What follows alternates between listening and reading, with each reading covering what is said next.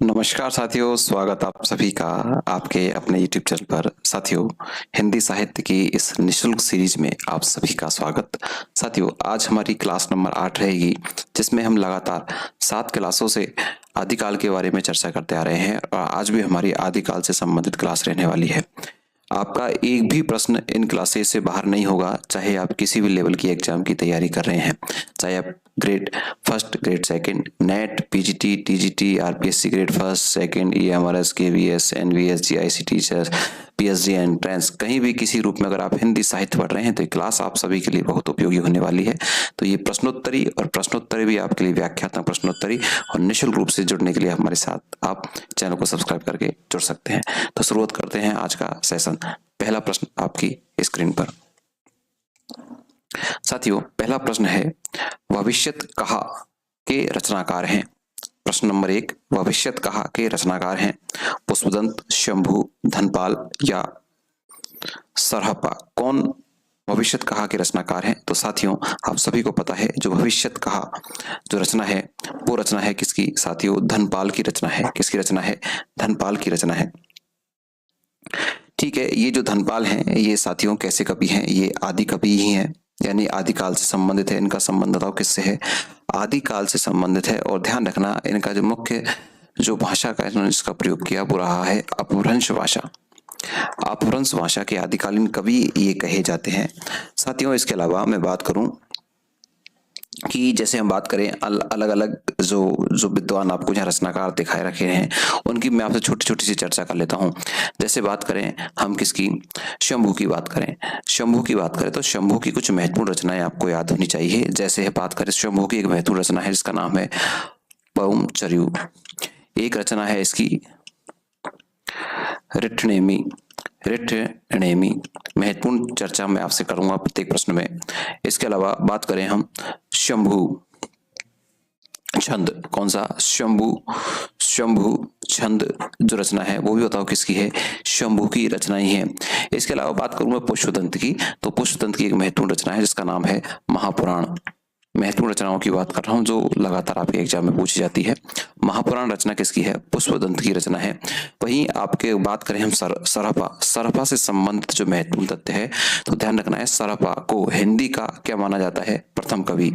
हिंदी का क्या माना जाता है? प्रथम कवि।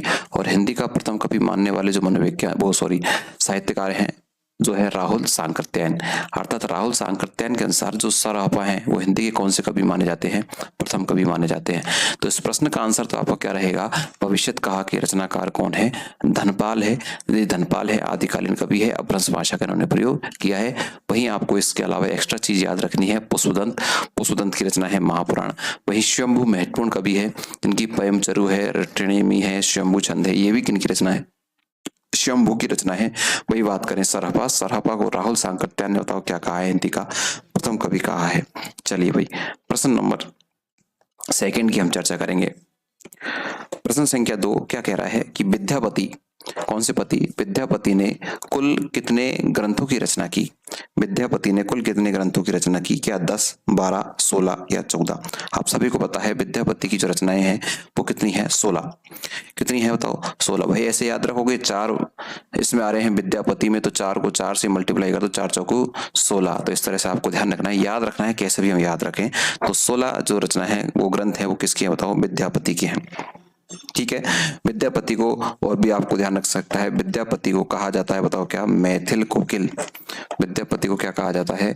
मैथिल कोकिल के उपनाम से भी जाना जाता है। मैथिल कोकिल के नाम से भी जाना जाता है। इनकी प्रमुख रचना आप सभी को याद है, कीर्तिलता है, कीर्ति पताका है, पदावली है, ये इनकी महत्वपूर्ण रचनाएं हैं। तो इस प्रश्न संख्या 2 का जवाब हो जाएगा ऑप्शन नंबर सी। चलिए भाई, प्रश्न संख्या 3 का जवाब आपके लिए, वो प्रश्न आपके सामने है, श्रृंगार काव्य है। श्रृंगार काव्य है वीसलदेव रासो श्रृंगार काव्य है, परमाल रासो श्रृंगार है, पृथ्वीराज रासो है या ज मयंक जस चंद्रिका? कौन सा जो काव्य है इनमें से वो श्रृंगार काव्य कौन सा है? तो सभी को आपको पता है भाई, इस प्रश्न का आंसर तो बताओ कौन सा है? बीसलदेव रासो। साथी कौन सा श्रृंगार जो काव्य वो कौन सा है? बीसलदेव रासो। एक बार मुझे जल्दी से कमेंट्स करेंगे। बीसलदेव रासो जो बीसलदेव रासो है साथियों, ये रचना किसकी है? ये है परमाल, सॉरी है ना। इसके बाद एक एक की चर्चा करूंगा मैं आपसे। बीसलदेव रासो देखिए भाई, सबकी मैं पहले ऑप्शंस के बारे में बात करूं, फिर इनके रचनाकार की एक साथ में बात कर लेता हूं। जैसे बीसलदेव रासो श्रृंगार काव्य है। तो बात करें सर परमाल रासो कैसा काव्य है, कैसा काव्य है परमाल रासो? तो परमाल रासो भाई वीरता वीरता व उत्साहपूर्णता का काव्य है, यानी कि एक कह सकते हैं हम वीर परक काव्य है। कौन सा बताओ? परमाल रासो। कि सर ये तो ठीक है, लेकिन बात करें सब पृथ्वीराज रासो की। पृथ्वीराज रासो कैसा ग्रंथ है? तो ध्यान रखना, पृथ्वीराज रासो तो बताओ किसके द्वारा लिखा गया? चंद्रवरदाई के द्वारा लिखा गया। किसके द्वारा? चंद्रवरदाई के द्वारा लिखा गया। और साथियों ये कैसा है? ये प्रबंध काव्य है। कैसा काव्य है ये साथियों? प्रबंध काव्य है। कौन सा रासो बताओ? पृथ्वीराज रासो। कि सर आपने जयमयंक जस चंद्रिका के बारे में नहीं बताया, तो ध्यान रखिए जयमयंक जस चंद्रिका, ये बताओ किसकी रचना है? मधुकर कवि की है। किसकी रचना है? जयमयंक जस चंद्रिका मधुकर कवि की ये रचना है। ध्यान रखना, इसमें ये एक तरह का इसमें स्तुति की गई है। क्या की गई है साथी? इसमें एक तरह का स्तुति परक काव्य है। ये कैसा काव्य है? स्तुति परक काव्य। तो ध्यान रखना है, बीसलदेव रासो कैसा काव्य है? श्रृंगारिक काव्य है। कैसा काव्य है? बीसलदेव रासो श्रृंगारिक काव्य है। परमाल रासो वीर रस काव्य है। पृथ्वीराज रासो चंद्रवरदाई का है जो प्रबंध काव्य है। और जयमयंक जस चंद्रिका बताओ किसके द्वारा लिखी गई? मधुकर कवि के द्वारा, और ये स्तुति परक काव्य है। तो सारी चीज मैं आपको एक एक प्रश्न के अंतर्गत आपको बताता जा रहा हूँ। बीसलदेव रासो को मैं इन 7 क्लासों में जाने कितनी ही बार बता चुका कि बीसलदेव रासो किसकी कृति है। तो ये आपका दायित्व बनता है कि मेरे बिना कहे आपको ये कहाँ पर छाप देना है आंसर इसका कमेंट्स में, कि बीसलदेव रासो किसकी रचना है। कितनी बार बता चुका ये आपको बताना है, बाकी सारा मैंने आपको बता ही दिया। चलिए भाई, प्रश्न संख्या 4, निम्न में से कौन सी रचना पुष्पदंत की नहीं है? ध्यान रखना है, नहीं को अच्छे से पढ़ना है। निम्नलिखित में से कौन सी रचना पुष्पदंत की नहीं है? महापुराण, नयकुमार चरयु, जसहर चरयु या पऊ चरयु? कौन सी रचना जो है पुष्पदंत की नहीं है? तो साथियों आप सभी को पता है, अभी मैंने आपको बताया पऊ चरयु। ये किसकी रचना नहीं है बताओ? ये पुष्पदंत की रचना नहीं है। ध्यान रखना, ये जो रचना है ये तो बताओ किसकी है? शंभू की है। किसकी बताओ? शंभू की। तो प्रश्न में यही तो पूछा गया था, कौन सी नहीं है? तो बताओ यही नहीं है। पयम चरु जो रचना है वो किसकी बताओ? शंभू की रचना है। शंभू की और रचनाओं के बारे में बात करूं, शंभू की इसके अलावा और भी रचना है। जैसे हमने बात करी अभी रिट्ठने में चरो, ये इसी की रचना है। शंभू छंद भी बताओ किसी रचना है? शंभू की रचना है। जबकि बात करें महापुराण की बात करें, नय कुमार चरित की बात करें और जसहर चरऊ की बात करें, ये सारी की सारी रचनाएं बताओ किसकी हैं? ये सारी की सारी रचनाएं हैं बताओ किसकी? पुष्पदंत की। तो प्रश्न संख्या 4 का जो जवाब हो जाएगा ऑप्शन नंबर डी इसका सही जवाब रहेगा। चलिए प्रश्न संख्या 5, सरहपा का संबंध निम्न में से किससे है?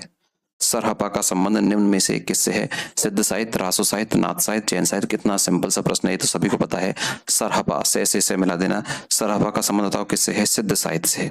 सिद्ध साहित्य, सिद्ध साहित्य किसके अंतर्गत आता है बताओ? आदिकालीन काव्य के अंतर्गत आता है। किसके अंतर्गत आता है? आदिकालीन काव्य के अंतर्गत आता है। ये भी आपको पता है कि जो सरहपा है, सरहपा को बताओ हिंदी का क्या माना जाता है? प्रथम कवि माना जाता है।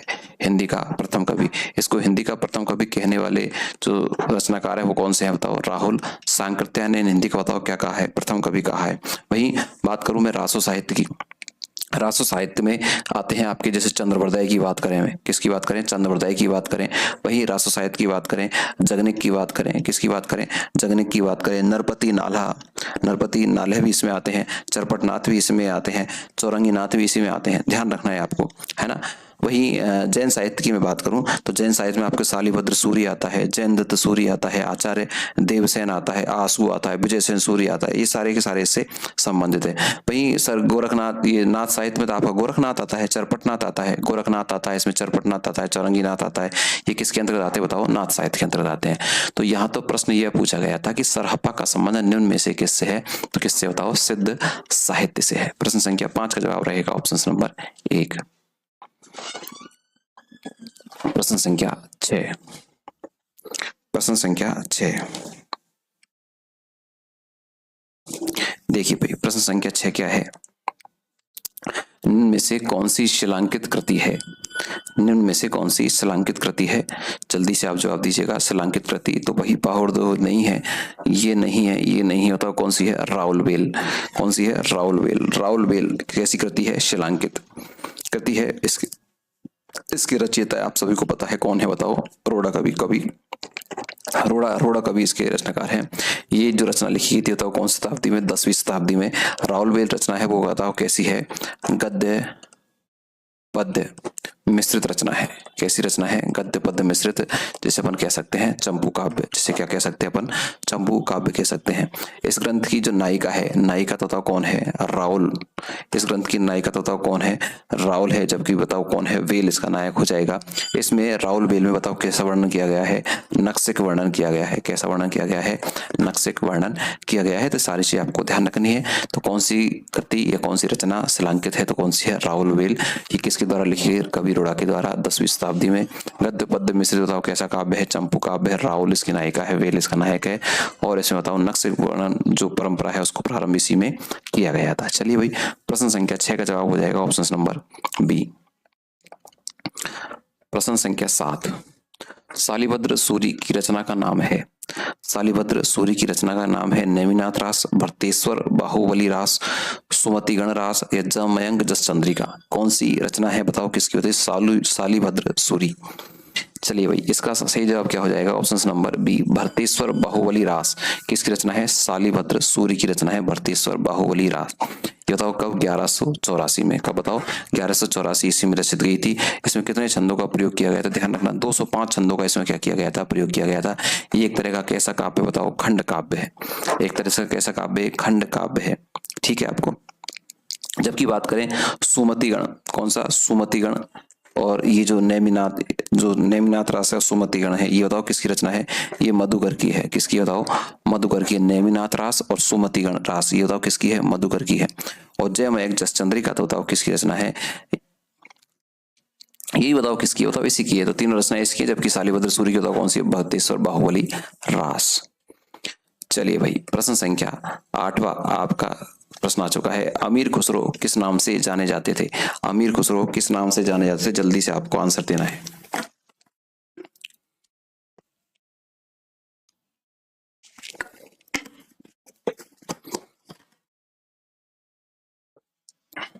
अभी अमीर खुसरो किस नाम से जाने जाते थे? तूतीय हिंद, तोताए हिंद, सितारे हिंद या सर हिंद? अमीर खुसरो सभी को पता है तूतीय हिंद। तूतीय हिंद ही किसका नाम था? तो अमीर खुसरो का नाम था। ये जो अमीर खुसरो थे, ये जो थे चिश्ती संप्रदाय में दीक्षित थे। बताओ कौन से संप्रदाय में? चिश्ती संप्रदाय। चिश्ती संप्रदाय से इन्होंने दीक्षा प्राप्त की थी, उससे दीक्षित थे। इनका जो जन्म हुआ था बताओ एटा यूपी में। एटा यूपी में इनका जन्म हुआ था, ये आपको ध्यान रखना है। इनके जो पिता थे साथियों अमीर खुसरो के, इनके पिता का नाम था सैफुद्दीन महमूद। क्या नाम था? सैफुद्दीन महमूद इनके पिता का नाम था। वहीं इनका जो गुरु है वो आपको इंपॉर्टेंट है, निजामुद्दीन औलिया इनके गुरु का नाम था। ये आपको ध्यान रखना है। इन्हें तोता ए हिंद, तूती हिंद या हिंदुस्तान की तूती के नाम से भी इन्हें जाना जाता था। ये भी आपको ध्यान रखना है। अमीर खुसरो है, इन्होंने खड़ी बोली का सबसे पहले प्रयोग किया, सबसे अच्छे से प्रयोग किया, इसलिए खड़ी बोली का प्रथम प्रयोगकर्ता भी बताओ किसे माना जाता है? अमीर खुसरो को भी माना जाता है। ये जो अमीर खुसरो है, इनकी महत्वपूर्ण रचनाएं हैं जिसमें खालिक बारी है, जैसे अपन जो एक तरह का कोश ग्रंथ है, पहेलियां हैं, मुकरियां हैं, दो सुकने हैं, गजल है, ये सारी रचनाएं बताओ किसकी हैं? अमीर खुसरो की रचनाएं हैं। तो प्रश्न संख्या 8 का जवाब क्या हो जाएगा? ऑप्शन नंबर 1 प्रश्न संख्या 8 का जवाब रहेगा। प्रश्न संख्या 9, उपदेश रसायन के रचयिता कौन है? उपदेश रसायन के रचयिता कौन है? जिनदत्त सूरी, जिनधर्म सूरी, शालिभद्र सूरी या धनपाल? कौन है भाई? तो इसके रचयिता बताओ कौन है? जिनदत्त सूरी है। उपदेश रसायन के रचयिता है वो कौन है? जिनदत्त सूरी है। ध्यान रखना है 12वीं शताब्दी में लिखा गया था।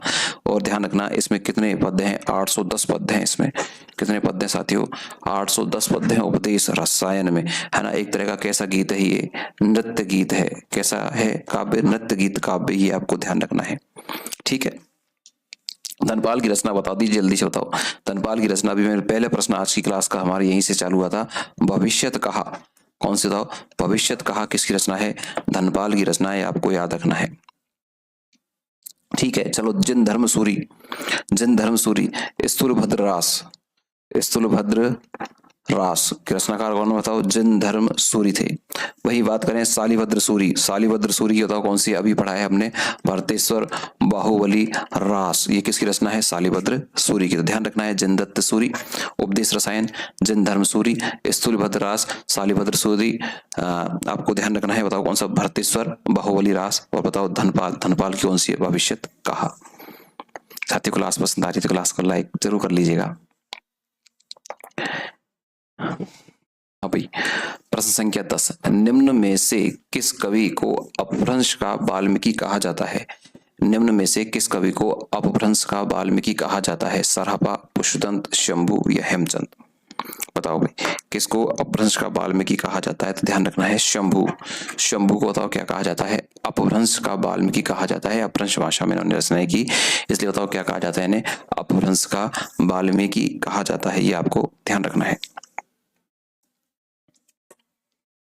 प्रश्न संख्या 11, किस कवि को अभिनव जयदेव, किस कवि को अभिनव जयदेव नाम से जाना जाता है? किस कवि को अभिनव जयदेव के नाम से जाना जाता है? विद्यापति, बब्बूति, नरसिंह मेहता या रविदास? किसको जाना जाता है? बताओ भाई। प्रश्न है कि किस कवि को अभिनव जयदेव के नाम से जाना जाता है? तो ध्यान रखना है, अभिनव जयदेव के नाम से जो जाना जाता है वो कौन है? आपके विद्यापति। कौन है साथियों? विद्यापति को किस नाम से जाना जाता है? अभिनव जयदेव के नाम से जाना जाता है। ये जो विद्यापति थे ये कैसे कवि है? बताओ, आदिकालीन कवि है। कैसे कवि हैं? आदिकालीन कवि हैं। ध्यान रखना है, इन्हें अभिनव जयदेव के नाम से जाना जाता है। यह जो उपाधि थी इनको तिरहुत के राजा, कहाँ के राजा बताओ? तिरहुत के राजा थे। तिरहुत के राजा शिव सिंह, तिरहुत के राजा कौन थे बताओ? शिव सिंह। तो शिव सिंह के द्वारा ये इनको जो उपाधि दी गई थी तो कौन सी? अभिनव जयदेव। किसके लिए कहा था इन्होंने? विद्यापति के लिए इन्होंने ये कहा। तो आपको ध्यान रखना है। प्रश्न संख्या 12, निम्न में से कौन सी रचना व्याकरण ग्रंथ है? निम्न में से कौन सी रचना व्याकरण ग्रंथ है? तो सभी को पता है, बार बार प्रश्न आ रहा है, हमारी सीरीज में भी आ चुका है। उक्ति व्यक्ति प्रकरण। कौन सी बताओ? उक्ति व्यक्ति प्रकरण। जो बताओ किसकी रचना है? कवि दामोदर दास की है। किसकी बताओ? दामोदर शर्मा। दामोदर शर्मा की रचना बताओ कौन सी? उक्ति व्यक्ति प्रकरण। जो कैसा ग्रंथ है बताओ? एक व्याकरणिक ग्रंथ है। चलिए भाई, प्रश्न संख्या 13 पर हम चलते हैं। प्रबंध चिंतामणि। प्रबंध चिंतामणि की रचयिता का नाम क्या है? प्रबंध चिंतामणि की रचयिता का नाम है, ध्यान रखना, दामोदर पंडित नहीं है, कवि आसू नहीं है, रोड़ा कवि नहीं है। बताओ कौन है? मेरुतुंग। मेरुतुंग बताओ, मेरुतुंग की रचना कौन सी? बताओ, प्रबंध चिंतामणि है। ठीक है, ये जो मेरुतुंग थे ये जैन आचार्य थे। क्या थे बताओ? ये मेरुतुंग बताओ कौन थे? जैन आचार्य थे। ध्यान रखना है आपको इस चीज का विशेष रूप से, है ना। ये जो मेरुतुंग के अंतर्गत जो प्रबंध चिंतामणि है, इसमें जो दोहे थे बताओ कौन सी भाषा में थे? अपभ्रंश भाषा में। कौन सी भाषा में थे बताओ? अपभ्रंश भाषा में थे। ठीक है, चलिए सामान्य चीज है, आपको ध्यान रखना है। मेरुतुंग प्रबंध चिंतामणि की है। प्रश्न संख्या 14, पुरुष परीक्षा किस कवि की रचना है? पुरुष परीक्षा किस कवि की रचना है? कौन सी रचना बताओ? पुरुष परीक्षा किस कवि की रचना है? तो बताइए भाई। ज्योतिष ठाकुर की तो नहीं है बिल्कुल, गोरखनाथ की भी बिल्कुल नहीं है, आचार्य देवसेन की तो है ही नहीं। बताओ किसकी है? विद्यापति। विद्यापति की रचना है, बताओ कौन सी? पुरुष परीक्षा। ठीक है, ये जो है पुरुष परीक्षा, ये संस्कृत भाषा में लिखी गई थी। कौन सी भाषा में? संस्कृत भाषा में ये लिखी गई थी। इसके अलावा विद्यापति बहुत सारी रचनाएं हैं जिनके बारे में अपन पहले चर्चा कर चुके हैं। जैसे अवट्ठ भाषा में इन्होंने कीर्ति लता लिखी थी, कीर्ति पताका लिखी थी। मैथिली भाषा में इन्होंने कौन सी लिखी थी बताओ? पदावली लिखी थी। ऐसे कई सारे इनके ग्रंथ है, लेकिन यहाँ पुरुष परीक्षा बताओ किसकी है? विद्यापति जी की। चलिए भाई, प्रश्न संख्या 15,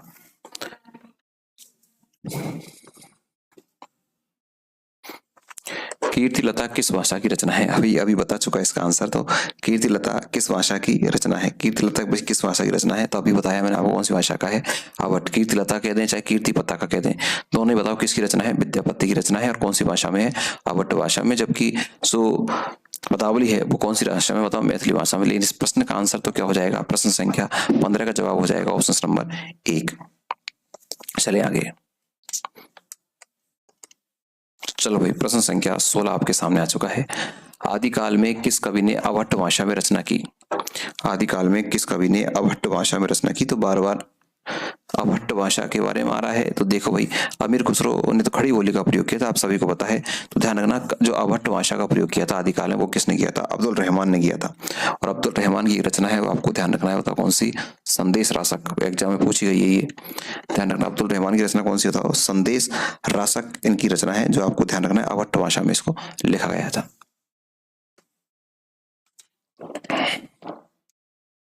17 आदिकाल को अन्य किस नाम से जाना जाता है? आदिकाल को अन्य किस नाम से जाना जाता है? बताओ भाई, आदिकाल को किस नाम से जाना जाता है? सभी को पता है, वीरगाथा काल के नाम से जाना जाता है। किसके नाम से? वीरगाथा काल के नाम से जाना जाता है। ठीक है भाई, चलिए। बहुत सारे नाम है, जैसे अलग अलग मनोवैज्ञानिक अलग अलग तरीके, वो साहित्यकारों ने अलग अलग तरीके से कहा है। कुछ ने चारण काल कहा है, डॉक्टर ग्रियर्सन ने। आदिकाल हजारी प्रसाद द्विवेदी जी ने कहा है। वीरगाथा काल जो कहा है, बताओ किसने कहा था? रामचंद्र शुक्ल जी ने कहा था। रामचंद्र शुक्ल जी ने कहा था। आरंभिक काल मिश्र बंधुओं ने कहा था। सिद्ध सामंत काल राहुल सांकृत्यायन जी ने कहा था। बीजोपन काल महावीर प्रसाद द्विवेदी जी ने कहा था। संधि एवं चारण काल रामकुमार वर्मा ने कहा था। तो यहाँ तो प्रश्न पूछा गया है आदिकाल को किस नाम से भी जाना जाता है? तो आदिकाल को वीरगाथा काल के नाम से भी जाना जाता है। चलो भाई, प्रश्न संख्या 18। प्रश्न संख्या, आल्हा किस ऋतु में गाया जाता है? आल्हा किस ऋतु में गाया जाता है? तो बताओ कौन सी ऋतु में गाया जाता है? ये वर्षा ऋतु में। कौन सी ऋतु में?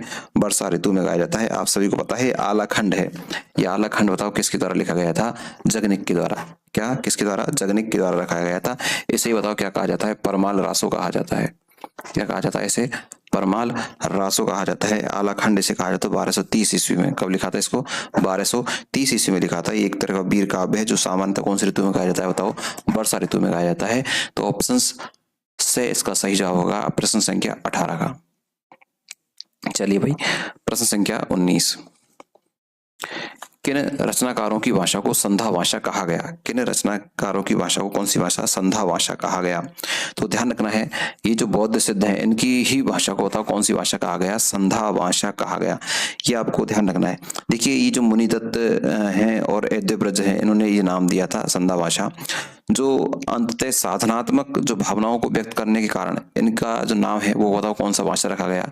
संधा भाषा रखा गया। तो सीधा सा प्रश्न है, संधा भाषा का प्रयोग बताओ किसने किया है? बौद्ध सिद्धों ने किया है। प्रश्न एग्जाम में पूछा गया है। भाई एक छोटी सूचना मैं आपको दूं कि हम पढ़ रहे हैं, बताओ क्या? हिंदी साहित्य।